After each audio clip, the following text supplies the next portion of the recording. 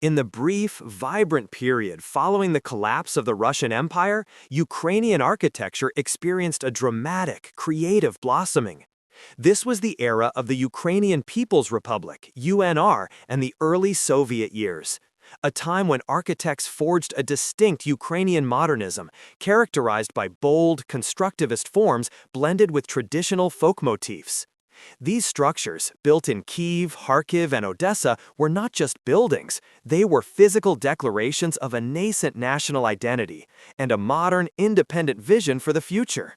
Yet these architectural expressions of Ukrainian self-determination quickly became politically forbidden. The Bolshevik regime, consolidating its power, recognized these buildings as threats, tangible symbols of cultural autonomy that had to be systematically erased or fundamentally repurposed.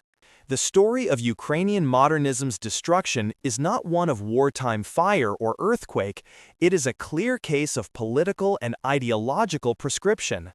As Moscow tightened its grip on the Soviet republics, the celebration of distinct national forms was curtailed, leading to purges not just of intellectuals but of their creations. Many architectural masterpieces of the 1920s, which were often pioneering examples of constructivism and functionalism, were later deliberately demolished, neglected until ruin, or drastically reconstructed to conform to the standardized, imperial style of Stalinist classicism. This episode explores the genius of architects like Vasyl Krzyzewski and Serhiy Timoshenko, the vibrant structures they created, and the tragic, systematic attempt by the Soviet system to make their vanished grandeur disappear entirely from the historical record. Welcome back to Vanished Grandeur, where we investigate the physical evidence of history that hostile political forces attempted to silence. Our focus today is on the architecture of the 1920s in Ukraine, which was deeply influenced by Constructivism, an international movement prioritizing function, geometric forms, and materials like concrete and glass, reflecting the new revolutionary age. However, Ukrainian architects often infused this style with folk elements, like stepped gables or specific window framing, to root the modern forms in national tradition. This created a unique synthesis, an architecture of national self-expression, that was quickly deemed incompatible with the centralized, monolithic cultural vision of the emerging Soviet state. While Kyiv remained culturally important, the architectural center of gravity temporarily shifted to Kharkiv, which became the capital of Soviet Ukraine. Here, massive projects were undertaken, symbolizing the new bureaucratic and industrial age. Architects experimented with revolutionary concepts like the Держпром, House of State Industry, which, although it survived, represents the sheer scale of the era's ambition. However, many smaller, more overtly nationally focused projects, like cultural centers, cooperative buildings, and monuments designed in the Ukrainian modern style, were targeted. They were often accused of bourgeois nationalism during the purges of the late 1920s and early 1930s, initiating the political ban on architectural autonomy. A prime example of the destruction of architectural self-determination is the house of the Ukrainian Central Executive Committee, Vutsvak, in Kharkov. This was a crucial building for the early Soviet Ukrainian government. Designed with modern, functional forms, it represented the administrative heart of the nominally autonomous republic. As central control from Moscow tightened, the building's symbolic importance waned, and its style was criticized for lacking socialist grandeur. While it survived the purges, it was heavily damaged during World War II. Crucially, post-war, instead of restoring its original modernist form, it was completely rebuilt in the much heavier, highly ornamental Stalinist classicism, effectively erasing the architectural evidence of the 1920s autonomous period through stylistic replacement.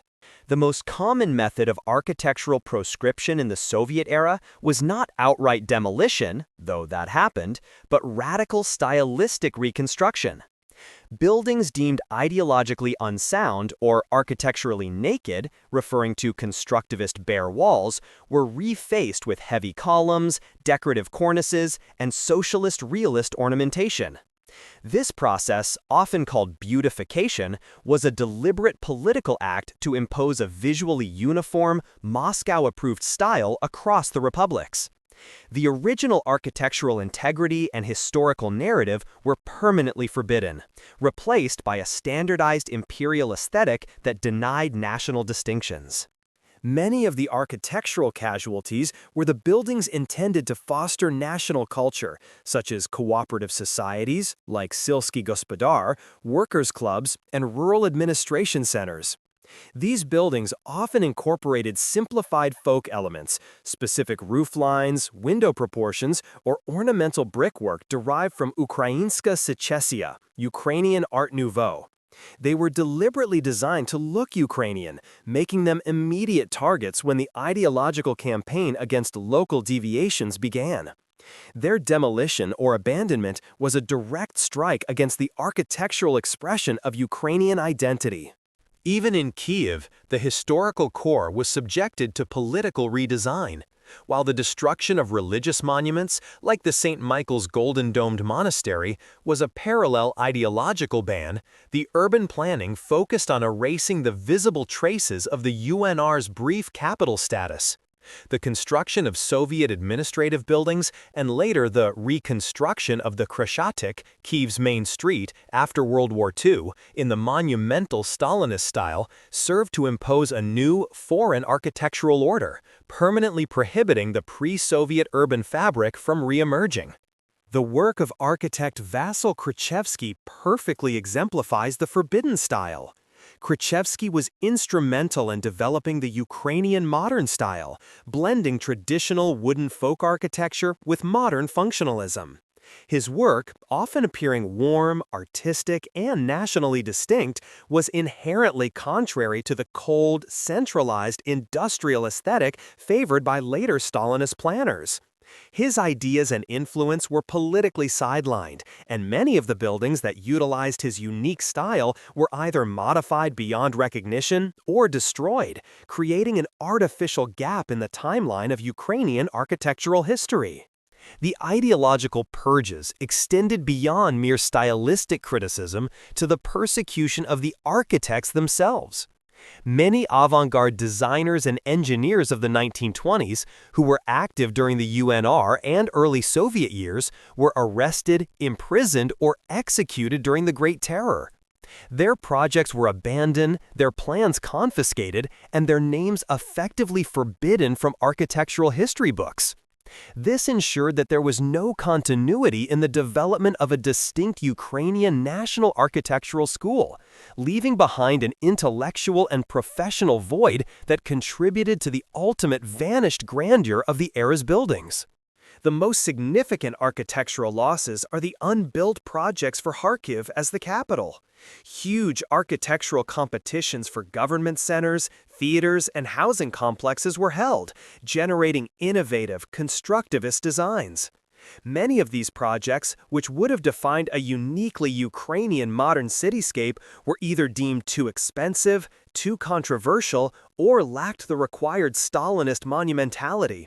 They were essentially forbidden from ever leaving the blueprint stage, leaving behind only the ghost of an alternative architectural history. The destruction of Ukrainian modernism was intrinsically linked to the Soviet campaign for standardization in architecture. National styles were replaced by a central ghost plan, state planning approach that favored identical, mass-produced apartment blocks and utilitarian public buildings across the entire USSR.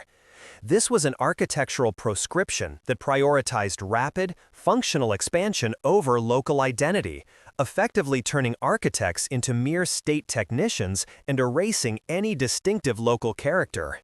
In Odessa, a port city with a rich cosmopolitan architectural heritage, the destruction was also systematic.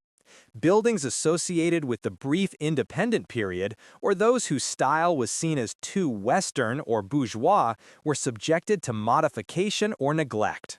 The historic centers, while retaining some imperial charm, saw the deliberate removal of structures that celebrated the vibrant, independent cultural life of the early 20th century, replaced by politically acceptable, standardized facades.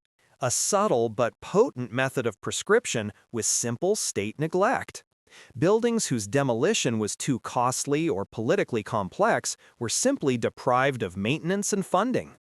This passive architectural violence allowed the structures to decay until they became structurally unsound, justifying their eventual demolition as an act of public safety rather than ideological cleansing. This slow, deliberate process effectively rendered the buildings forbidden to repair or restore their original form. Fortunately, the only place where the vanished grandeur of Ukrainian modernism remains fully intact is in the architectural archives and academic drawings. Detailed plans, renderings, and competition submissions, which were deemed unsuitable, survived because they were merely filed away rather than actively destroyed. This archival preservation allows modern historians and architects to piece together the lost architectural history and understand the scale of the creative talent that was politically suppressed. Since Ukraine regained independence, there has been a massive effort to lift the architectural ban on the 1920s style. Scholars and conservationists are fighting to protect the few surviving examples of Ukrainian modernism and to reconstruct the historical narrative. The rediscovery of these designs represents a powerful cultural and political reassertion, highlighting the architectural richness that was intentionally severed from the national consciousness by Soviet policies. The destruction and modification of Ukrainian modernist architecture in the 1920s and 30s was a clear case of political warfare waged against cultural autonomy. The Bolsheviks imposed a deliberate prescription on a distinct national architectural identity, replacing it with the centralized, monolithic Stalinist style. The architectural victims, cultural centers, administrative buildings, and unbuilt dreams represent the physical evidence of an attempt to construct an independent modern nation, a project that was brutally and systematically terminated by Moscow. The scars of this architectural purge remain visible in Ukrainian cities today, where the heavy, oppressive forms of Stalinist classicism often sit awkwardly next to later Soviet functionalism. These surviving architectural contrasts serve as a constant reminder of the stylistic ban and the forced substitution of one architectural ideology for another. The vanished grandeur of the vibrant, innovative 1920s is a profound loss that altered the trajectory of Ukraine's urban development for decades. The story of how the Bolsheviks erased Ukrainian modernism is a universal lesson. Architecture is never neutral. When political powers seek to eliminate an identity, they target its physical manifestations. The beauty and ingenuity of the forbidden styles of the UNR period are now being restored, brick by archival drawing, reminding the world that architectural autonomy is an essential component of national sovereignty. The monuments of Ukrainian modernism stand as powerful, albeit vanished, symbols of a national identity suppressed by imperial ambition. If you are moved by this essential investigation into ideological prescription in architecture, be sure to subscribe to Vanished Grandeur and share your thoughts on the political role of architectural style. Our next episode moves to a contrasting political destruction in the West, Pruitt-Igoe, the collapse of a modernist utopia. We will examine the infamous social housing project in St. Louis, Missouri, and the deliberate demolition that symbolized the failure of 20th-century modernist urban planning, a project so flawed it was politically banned from continued existence. What other politically charged architectural demolitions should we analyze? Let us know in the comments.